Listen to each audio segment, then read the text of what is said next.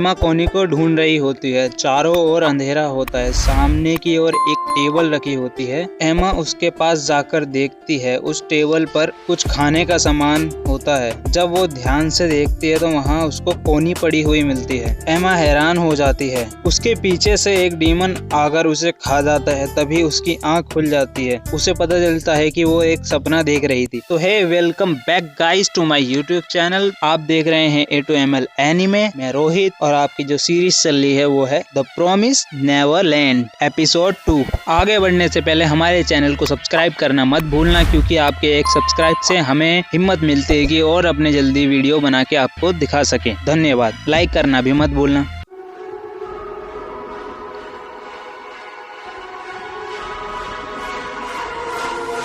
हर सुबह की तरह एमा अपना काम कर रही होती है। तभी उसके कानों में माँ की आवाज आती है। वो बच्चों से बात कर रही होती है जैसा कि कुछ हुआ ही ना हो। तभी वहाँ पर नॉर्मन आकर एमा को गुड मॉर्निंग कहता है और एमा को साइड में ले जाकर बोलता है कि तुम क्या कर रही हो। एमा बोलती है माँ को देखकर लगता नहीं है कि कुछ हुआ है। नॉर्मन कहता है हाँ, हमें भी ऐसा ही करना है, नहीं तो माँ को पता चल जाएगा कि हम रात में गेट के पास गए थे। हम ऐसा नहीं चाहते। वो हमें रैंडमली यहाँ से ले जाते हैं। नॉर्मन कहता है नहीं एमा, ये रैंडमली नहीं है। एमा बोलते है तुम्हारा क्या मतलब है। नॉर्मन कहता है उस डीमन ने कहा था ये रैंडम नहीं है, हमें हमारी एज के हिसाब से अलग किया जाता है। जहाँ तक मुझे याद है यहाँ से जाने वाले बच्चे 6 और 11 साल के हैं और वो 6 साल के बच्चे को एवरेज कह रहे थे, जिसका मतलब है एमा कहती है 11 साल वाले बेस्ट हैं, जिसका मतलब है 11 साल वाले बच्चे जो हैं बेस्ट क्वालिटी के होते हैं। फिर एमा पूछती है कि स्कोर से क्या पता चलता है। नॉर्मन हैरान होके बोलता है स्कोर्स का सीधा संबंध हमारे दिमाग से है। जितने अच्छे स्कोर होंगे उतना अच्छा दिमाग होगा। इसका मतलब हमारी बॉडी में जो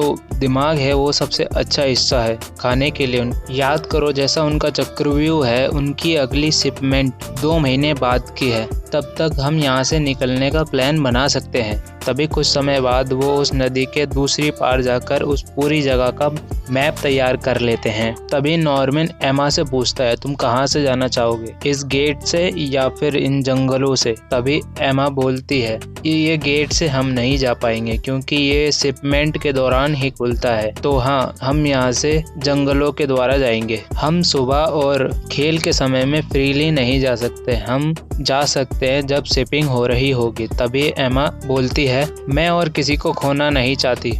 तुम सही हो, बच्चे भी रात में नहीं जा पाएंगे तो हम सब सुबह जाएंगे अगर ये पॉसिबल है तो। तभी वो दोनों भागकर उस दीवार के पास जाते हैं, जिसके बाद नॉर्मन एक पेड़ पर चढ़ने की कोशिश करता है पर वो गिर जाता है। तभी एमा बोलती है लगता है अब ये मुझे ही करना पड़ेगा। तब एमा एक पेड़ पर चढ़कर बाहर की ओर देखती है। नॉर्मन उससे पूछता है क्या कुछ दिखाई दिया। एमा बोलती है नहीं, यहाँ पे सिर्फ जंगल है और दीवार 2 से 3 मीटर चौड़ी है और काफी लंबी भी है। तभी नॉर्मन दीवार पर कान लगाकर कहता है यहाँ पर कोई गार्ड नहीं है, ये शांत है। तुम्हें क्या लगता है एमा। एमा बोलती है मैं इस पर कोई रफ एज नहीं देख पा रही, ये बहुत स्मूथ है, लगता नहीं कि इस पर कोई चढ़ पाएगा। तभी नॉर्मन बोलता है तो हम हार मान ले। एमा बोलती है जब बात तुम्हारी और मेरी है तो कोई दिक्कत नहीं है, अगर हम एक रस्सी से इसे पार कर सकते हैं। तभी घंटी बजने की आवाज आती है। वो दोनों भागकर सभी के पास जाते हैं। एक बच्चा वहाँ सामने से रोता हुआ आता है। माँ उस बच्चे से पूछती क्या हुआ, क्या कुछ हुआ है।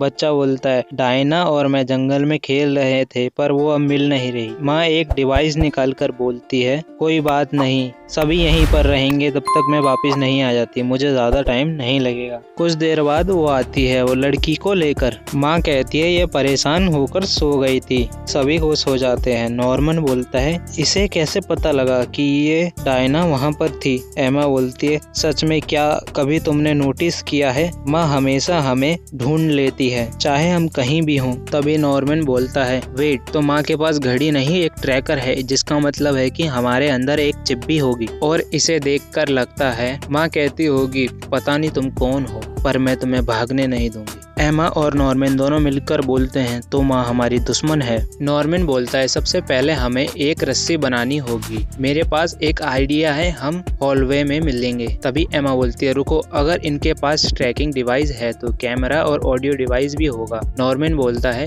चिंता की कोई बात नहीं, मैंने पहले ही देख लिया है, ऐसा कुछ भी नहीं है यहाँ। वो फिर चलते चलते बात करते हैं। एमा बोलती है तुम्हें लगता है कि माँ को पता चला होगा कि हम वहाँ दीवार के पास थे। नॉर्मन बोलता है मुझे डाउट है, पर जब हम कॉनी को बनी देने जा रहे थे उसे पता नहीं चला था। एमा बोलती है ये ठीक है। नॉर्मन बोलता है माँ केवल लोकेशन ही देख सकती है, ये नहीं बता सकती कि वो कौन है। तभी डॉन वहाँ पर आकर बोलता है तुम्हारे पास थोड़ा समय है क्या, हमारे यहाँ पे घड़ी खराब हो गई है। नॉर्मन बोलता है ठीक है मैं आता हूँ। फिर वो एमा से बोलता है एमा सब ठीक है, उन्हें कुछ नहीं पता चला। कुछ देर बाद वो वापस आता है और देखता है कि माँ एमा के पास होती है। माँ बोलती है क्या हुआ एमा, तुम परेशान दिख रही हो, क्या कुछ हुआ है। एमा बोलती है आपको ऐसा लगता है। वो हंसकर बोलती है मेरे बारे में चिंता मत करिए, मैं बस सोच रही थी कि मुझे यहाँ से जल्दी जाना पड़ेगा। माँ बोलती है क्या तुम्हें यहाँ रहना पसंद है। एमा बोलती है मैं आपके साथ रहना चाहती हूँ, मुझे लगता है कॉनी भी रहना चाहती है। क्या तुम्हें पता है वो आपकी तरह बनना चाहती थी। माँ बोलती है हाँ मुझे याद है, वो एक अच्छी माँ बनेगी। तभी रे आकर घंटी बजाता है और बोलता है खाने का समय हो गया। सभी बच्चे बाहर आते हैं। नॉर्मन एमा को बुलाता है और ले जाता है। तभी माँ उनसे पूछती है क्या तुम कल रात गेट पर गए थे। दोनों मना कर देते हैं। नॉर्मन पूछता है पर आप क्यों पूछ रही हो, हम तो टैग खेल कर थक गए थे तो और उसके बाद सो गए थे। माँ बोलती है ठीक है जब तक तुम नहीं जाओ। दोनों चले जाते हैं।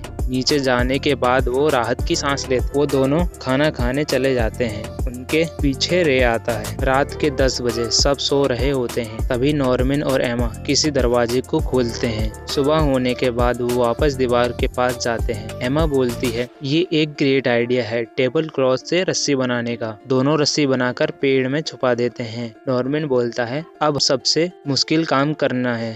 एमा बोलती है ट्रैकर डिवाइस का पता लगाना। नॉर्मन कहता है और सभी के साथ जाना। एमा बोलती है तुम्हें नहीं लगता कि रे को हमें अपने प्लान में शामिल करना चाहिए और उसके ओपिनियन देखने चाहिए। नॉर्मन बोलता है मुझे भी ऐसा लगता है और वो मशीन के बारे में काफी कुछ जानता है, लेकिन मैं उससे बात करूंगा पर बाद में। तभी रे आके अचानक बोलता है अभी क्यों नहीं। दोनों हैरान हो जाते हैं। रे बोलता है मुझे ये बात परेशान कर रही थी कि तुम उस दिन गेट पर गए थे तो क्या हुआ था। फिर वो दोनों के गले दबाकर बोलता है मुझे बताओ। फिर वो दोनों सब कुछ बताते हैं। रे बोलता है हाँ तो माँ हमारी दुश्मन है और वो हमें पाल पोस कर उन डीमंस के खाने के तौर पर रखे हैं। एमा बोलती है तुम कितनी जल्दी समझ गए। रे बोलता है ये सब नॉर्मन ने कहा है, इस बारे में वो झूठ नहीं बोल सकता, वो तुम नहीं है। रे बोलता है फिर पर मुझे नहीं लगता कि हम सबको लेकर यहाँ से जा पाएंगे। एमा बोलती है हम यहाँ से जाएंगे सभी को लेकर, पर ये करने के लिए तुम्हारी जरूरत है। रे बोलता है सभी को लेकर जाओगे, मजाक कर रही हो। यहाँ पर 37 बच्चे हैं जिसमें से 6 साल से भी कम के हैं, ये माँ और डीमन नहीं होने देंगे। एमा बोलती है मुझे पता है कि ये मुश्किल है पर इम्पॉसिबल नहीं। रे बोलता है ये नहीं हो सकता, तुम अभी भी मान जाओ, लगता है तुम समझे नहीं। नॉर्मन बोलता है रे रुको। रे समझ जाता है और बोलता है मैं समझ गया, तुम क्यों मुझसे बात करना चाहते थे। तुम्हें ये समझना होगा हमें नहीं पता कि बाहर की दुनिया कैसी है और यहाँ से जाने वाले बच्चों को कोई ना कोई तो खरीदता होगा, जिसका मतलब है हमें पता करना होगा कि बाहर एक कैसी दुनिया है, हमें इन्हें पीछे छोड़कर यहीं जाना पड़ेगा। एमा बोलती है नहीं, अगर ये इम्पॉसिबल भी है तो ये सब आएंगे, हमें ये करना होगा। हमें नहीं पता बाहर क्या है पर अपनी फैमिली यहाँ छोड़ना ये ऑप्शन नहीं हो सकता। कॉनी लाश थी जिन्हें वो ले गए, पर अब मैं किसी और को नहीं ले जाने दूंगी। एक साथ हम जाएंगे, हम चाहे तो एक साथ दुनिया बदल सकते हैं। थैंक्स रे तुम्हारी मदद के लिए, मैंने सोच लिया है तुम हमारे साथ आओगे और मदद करोगे। नॉर्मन हंसता है। रे बोलता है तुम कैसे हंस सकते हो जब तुम सुसाइड करने जा रहे हो। नॉर्मन बोलता है तुमने नहीं देखा कि वो जब रो रही थी क्योंकि वो घबरा गई थी। मुझे भी डर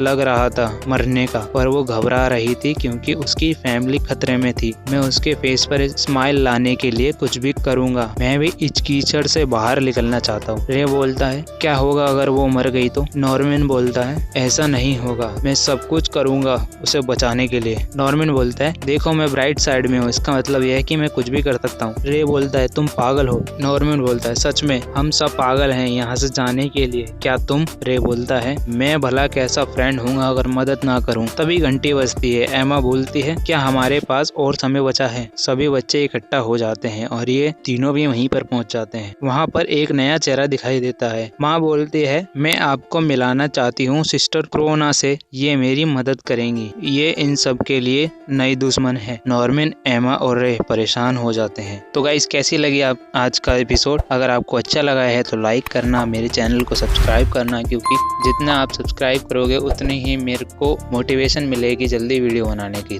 थैंक यू। आज के लिए इतना ही काफी है। बाय।